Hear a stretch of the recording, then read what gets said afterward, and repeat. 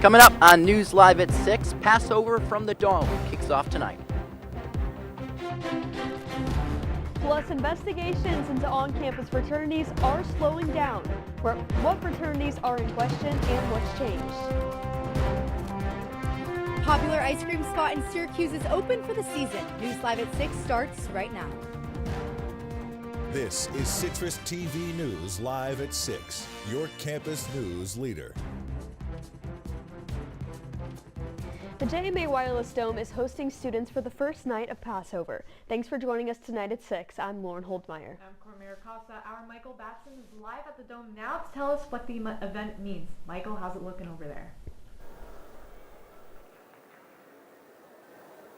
Hey guys, well, we're just moments away from Passover, hosted at the Dome for just the third time ever, which recognizes the freeing of the Jewish people. Now, I spoke with some people, some board members. About 700 people are tuned in for tonight, including some of the students' families who are here, who actually went across regions to be here. Also, Mike Hain, the incoming chancellor, is here for the 5th time straight. Also, Kent Severu. Now, this event is hosted by the Syracuse Hillel, which aims to get students together to learn and talk and connect over Judaism. And 700 people are going to be here tonight. This is just day one of a week-long celebration of Passover. And if you missed it tonight, there's going to be 6 more days of celebration starting tomorrow, where there's going to be night 2 of Seder at the Syracuse Hillel. You could RSVP on Instagram. And then the day after, there's free lunches and dinners in the form of sandwiches and that. So tonight we have food and we have prayers. I'll see you guys later. Michael, thank you. And new details today in Syracuse academics. A statement sent to students says 93 programs will be paused. This means they will be phased out due to low demand and enrollment. Vice Chancellor Lois Agnew says data shows 55 of the 93 programs being paused had 0 students enrolled. 28 of those programs are advanced certificate programs. Agnew says only 258 students are enrolled in the programs affected. Students who are currently enrolled in these programs will be able to finish their degree. And new details in the investigation of fraternities on campus. Lambda Chi Alpha and Zeta Beta Tau have been removed from the university's hazing awareness club. They were previously listed as under investigation. Lambda Chi Alpha's investigation was originally imposed on February 15th, while ZBT was given the status on March 15th. Sigma Alpha Epsilon, Theta Chi, and Sigma Lambda Epsilon are all still in investigative status. Syracuse's Future Aquarium is announcing some of the new attractions to be featured. Some of the local species on display will be bass and walleye. These fish are commonly found in the Finger Lakes. Other non-native species on display will include red gardenfish, garden eels, and Australian seahorses. The aquarium is expected to open this summer. The Museum of Science and Technology is hosting special events all week for spring break. Visitors can get their photo taken with the T-Rex as well as participate in a fossil and rock touch lab. This Friday is free STEM Fest Day at the museum. All visitors will receive free entry all day. The event will feature food trucks and outdoor activities as well as normal indoor museum exhibits. And a fan favorite Syracuse barbecue spot is moving back to where it first started. Congo Box has been located on West Fayette Street for the last couple of years, as you can see on your screen now. But it's moving back to North State Street where it first became popular. The restaurant will still operate as a grab-and-go place rather than sit down, despite getting a bigger plot of land with the move. Congo Box is currently open 3 days a week, Monday, Wednesday, and Friday, but the owner hopes to add another day after the move. And exciting news for coffee lovers like Lauren, but this is specifically in Clay Knot, Syracuse. Salt City is opening a new drive-through location. The location is planned to be on Route 31. It will feature a full drive-through menu complete with breakfast, lunch, and pastry options. The new location will also have some exclusive menu items. Now this is Salt City's first drive-through location. Well, Cora, you're right. I do love coffee, but something else that I love is ice cream. The popular North Syracuse ice cream shop Big Dip is opening today for the season. That's right. Our reporter Tegan Brostrom is outside the Big Dip. Tegan, now what can we expect this season?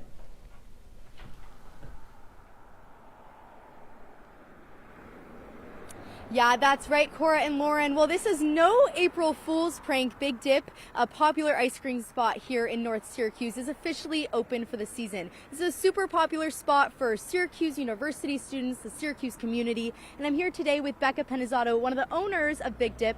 Now, Becca, what kind of changes or new things can we expect this summer season here at Big Dip?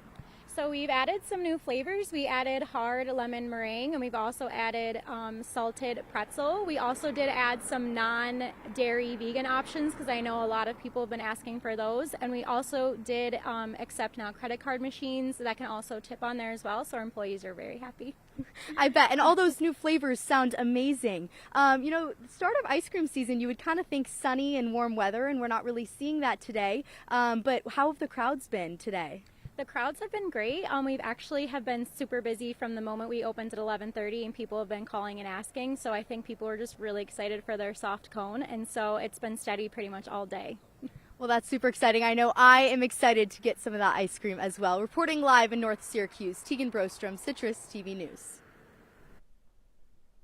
Wow, thank you so much, Tegan. I mean, it's been a little bit of a iffy weather day. Yeah. I don't know necessarily if I'm excited for ice cream, but hey, every day's ice cream day if you make it. Yeah, you know, today was a little bit colder than we've seen the past couple of days, but I'm just happy that it's no longer snowing. We're getting out of that 30-degree temperature range. But Nate Cunningham is joining us now to tell us, Nate, how are the temperatures looking for the rest of the night tonight?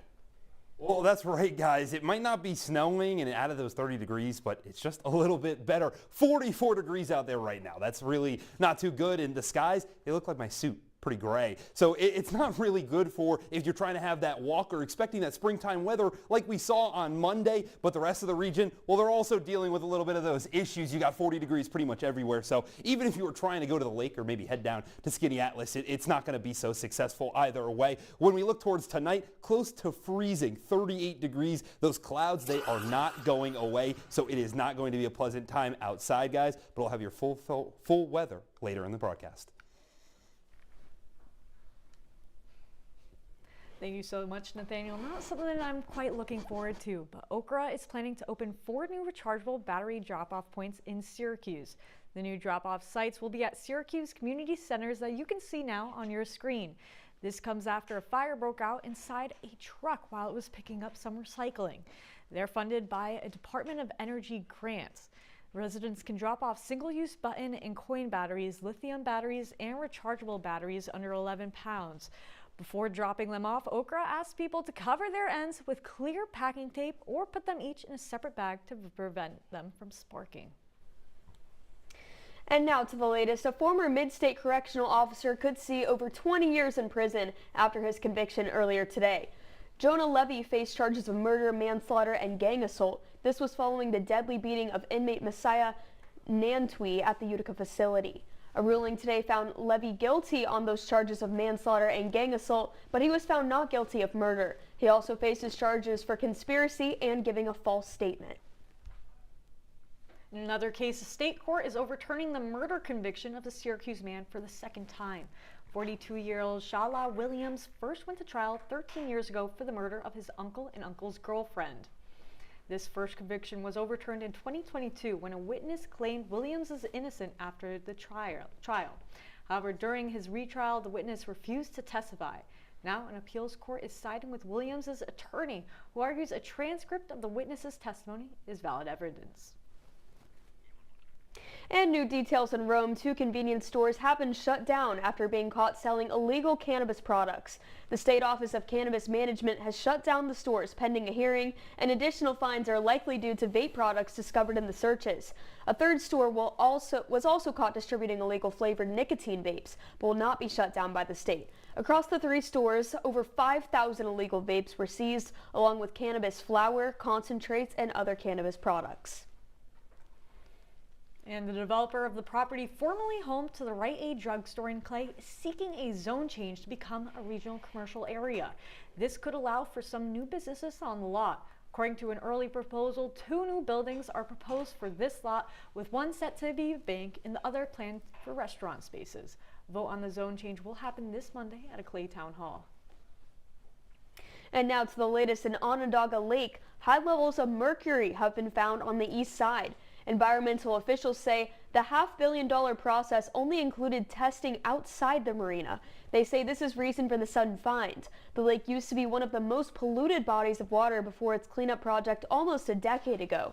The county is looking to renovate the marina. They say they will add new slips for boats and replace the retaining wall around it. Now it's been a slow start to spring, but that's only been helping the maple syrup industry. Our Ben Ross visited a maple syrup farm that's had their best year in decades. When you think of New York, maple syrup might not come to mind first. However, New York is the second biggest producer of syrup in the United States, second to Vermont. In Casanova at Critz Farms, owner Matthew Critz has been making syrup for over 40 years. He says it's not Vermont that has the best syrup. Definitely New York. There's a lot of other really good producers here in New York. And I'm not going to be so bold as to say mine is better than theirs. Now, a long winter is brutal for Central New Yorkers and people around the world and the nation, especially this year. But for maple farmers, a long winter is what makes them thrive. Had real winter and then a slow spring. We have better maple seasons. But we're better than average this year.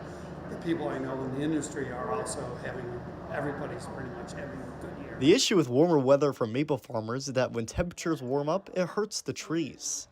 The entire sugaring season depends on a steady rhythm of freezing nights and warmer days.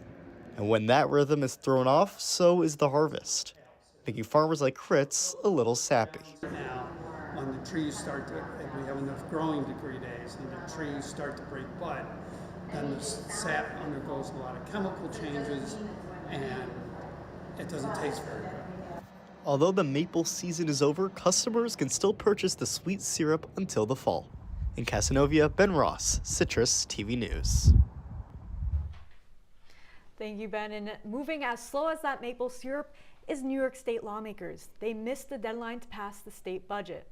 Now, they approved a budget extender, but say it will likely take more extensions before a final agreement. The biggest proposals still under discussion are auto insurance, housing policies, and public safety.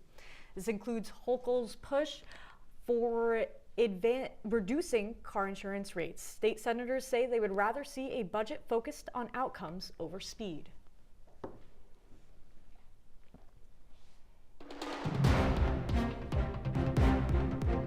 We're seeking to limit birthright citizenship, with surprising questioning from the conservative bench. And new details on the move to reopen the Department of Homeland Security. We'll be right back.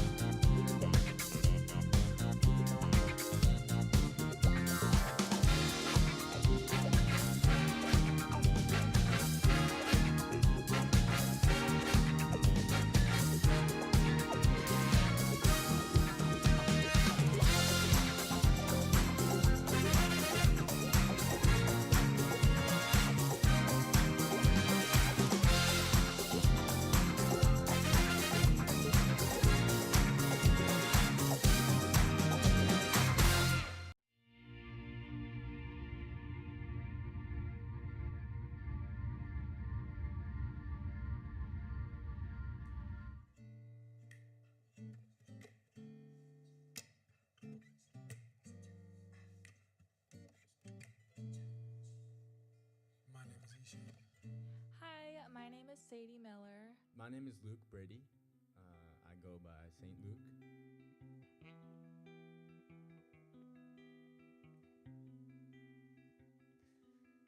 So this one I started with this guitar lick.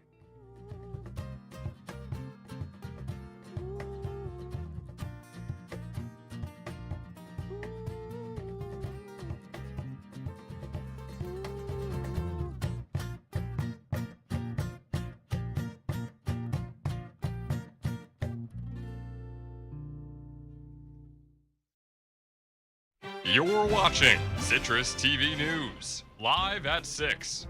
with Cora Mayer-Costa, Lauren Holdmeyer, and Kate Tannenbaum.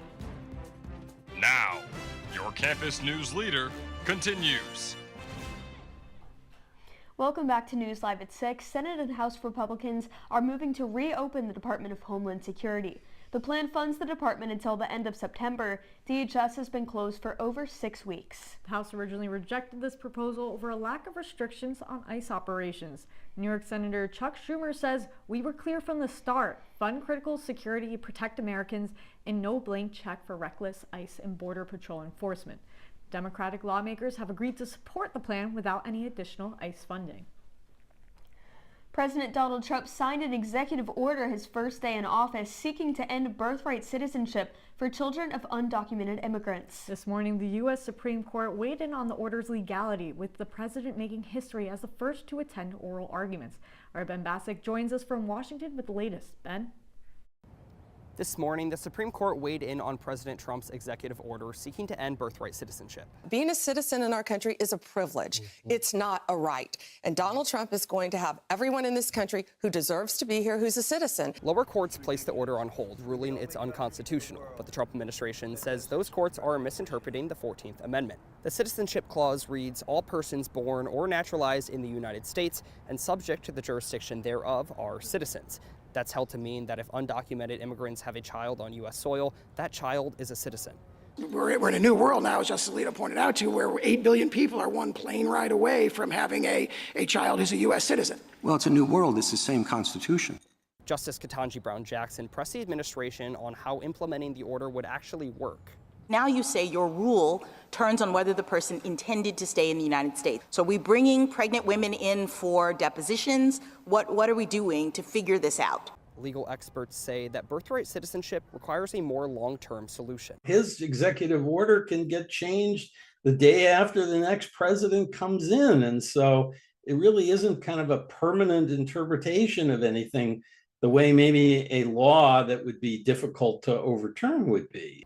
A decision in the case is expected by late June or early July. From Washington, Ben Bassick, CitrusTV News. Well, Ben, thank you. NASA is heading back to the moon, but not for landing. The Artemis 2 mission is setting sky-high records for being the farthest human spaceflight and fastest re-entry into Earth's atmosphere. The crew of 4 will go on a 10-day journey around the moon and back. This marks the first time astronauts are heading to the lunar area in over 50 years. This mission will test life support and other system of space capsule Orion for a future touchdown. Its launch is in just a few minutes at 6:24, a little over 5 minutes, and we're very excited. Looking forward to seeing that one. Well, coming up on News Live at 6, we'll have your 5-day forecast and what you need to expect coming up on this weekend. Don't go anywhere.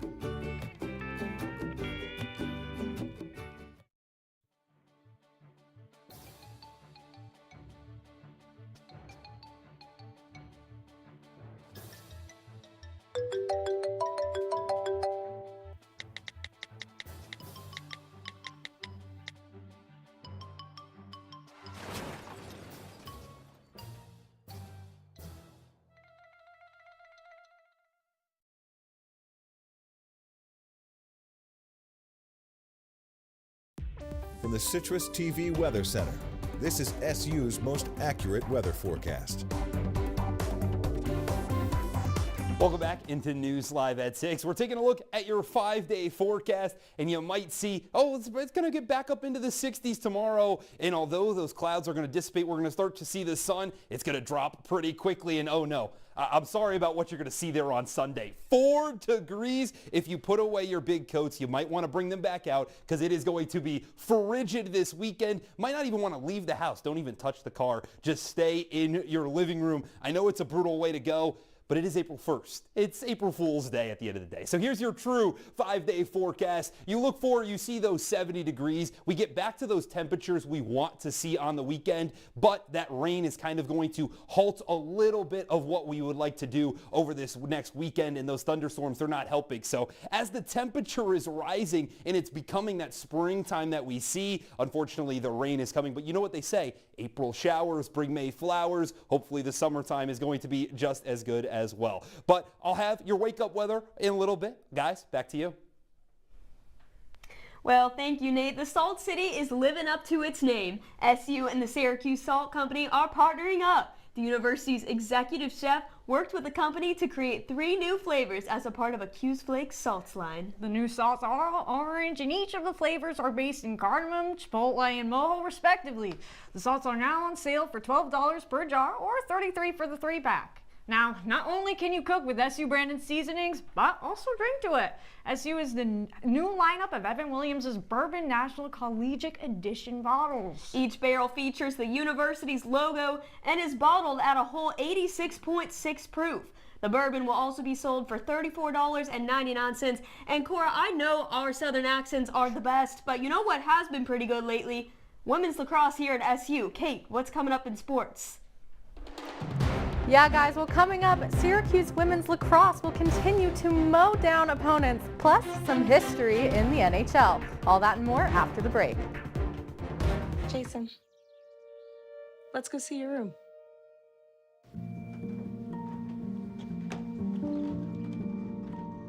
What do you think? We kept it a little spare, so you can decorate it how you like.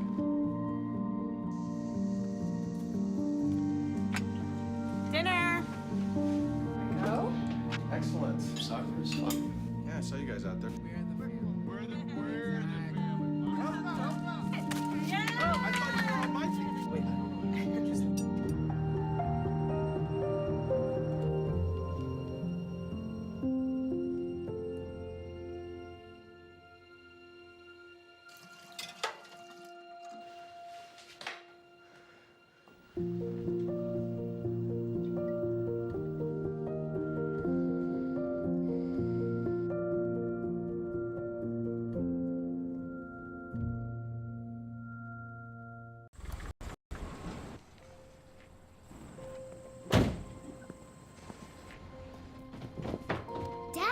They took over my bedroom. Come on, come on. Okay, Dad. 1, 2, 3.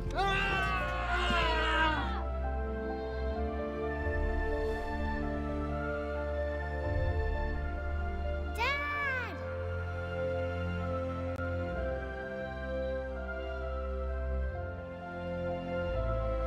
You saved me. Dad?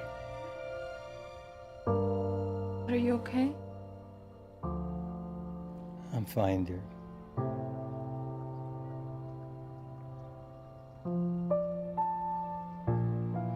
Your hero needs you now, and AARP is here to help. Find the care guides you need at aarp.org/caregiving. And now, your CitrusTV Sports Report.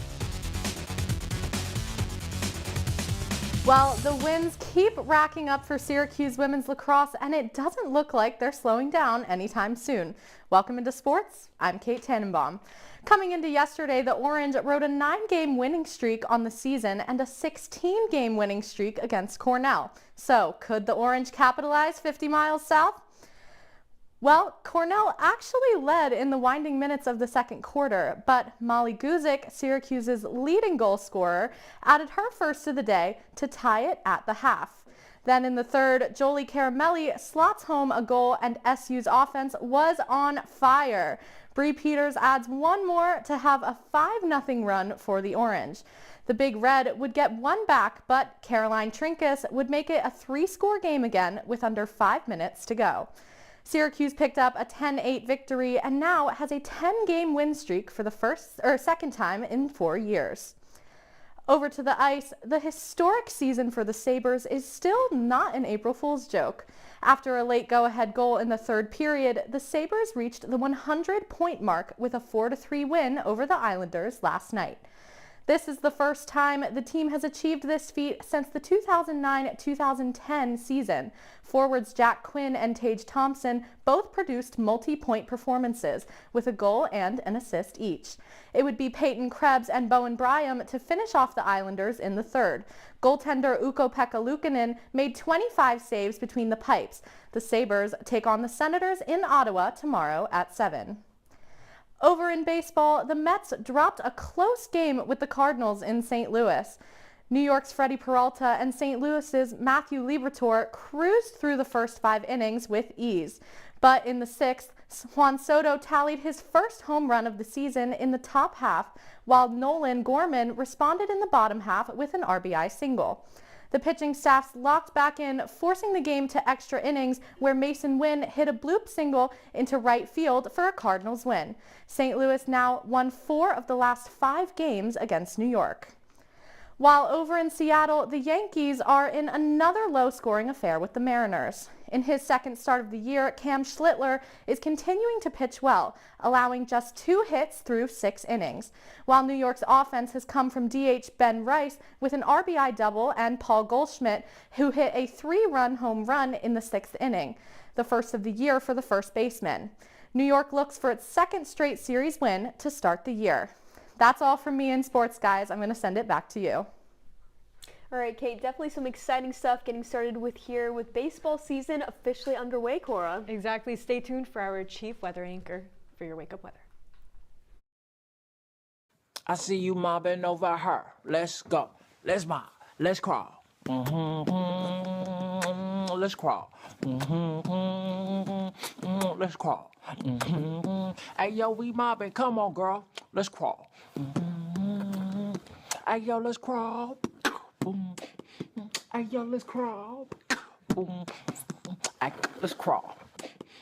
Hey, yo, let's crawl. Last week, Brandon met a girl on a dating app. One day after work, he finally found the courage to ask her out. No answer. He started to panic. Was he being too pushy? Maybe it was too... Hey, sorry I didn't respond. I was driving. I would love to go on a date. How does tonight sound? Brandon tried to play it cool, but inside he knew. A girl so smart, so responsible. She must be a keeper. If you're buzzed and doing this,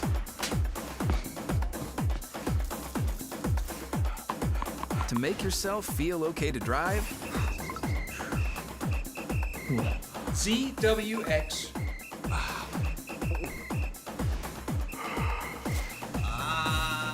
you're not okay to drive.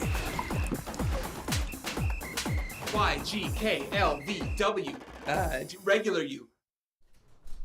Welcome back into News Live at 6 here, taking a look at your wake-up weather, and it's more of the same. 40 degrees. We're not going to quite get into those 50s. You're going to have some morning showers as well as some pretty big gusts through there, up to 15 miles an hour. Just not ideal temperatures for the rest of the weekend. Those are pretty crazy statistics, Nate. I'm not going to lie. Well, I don't know if you guys have noticed, but we have had some little tricks and games going on throughout the show today. That's because today's April Fool's Day. Exactly, and you'd be surprised. This is our typical sports anchor, and this is our typical weather anchor. Don't know anchor. if you noticed. Now let's take a look at some of the jokes we've seen people put out there on social media, starting out with our very own Syracuse University. And this was really got me. That got our graphics operator, Anjana Dasam, this earlier today. Come on. 444. You know, this is the first one I saw on social media this morning, so it did get me for a split second. What about you guys? Me too. This one got me just for a quick second, but then I realized what day it was. To have a digital clock on whole languages, it just doesn't seem right. And at the next one, it's the Empire State Building. Take a look at this. So I saw this one right after I saw the other one this morning. They said that they were going to put a ball pit on the top floor of the Empire State Building. Now they could joke about that. But that seems kind of Yeah, cool. that sounds That kind of seems fun. really I wish fun. they would put that with for real. I'd pay $20 for that to be a reality. Oh yeah, I would 100%. too. I think it'd be a lot more than that, but you know, we could dream. Exactly, yeah, make a wish, but yeah. Well, that's Citrus TV News live at 6 for this Wednesday. And don't forget, you can follow us on X and Instagram at Citrus TV News, whatever you want to follow us on, even Spotify. I'm Cora Mayer-Costa. Have a good night.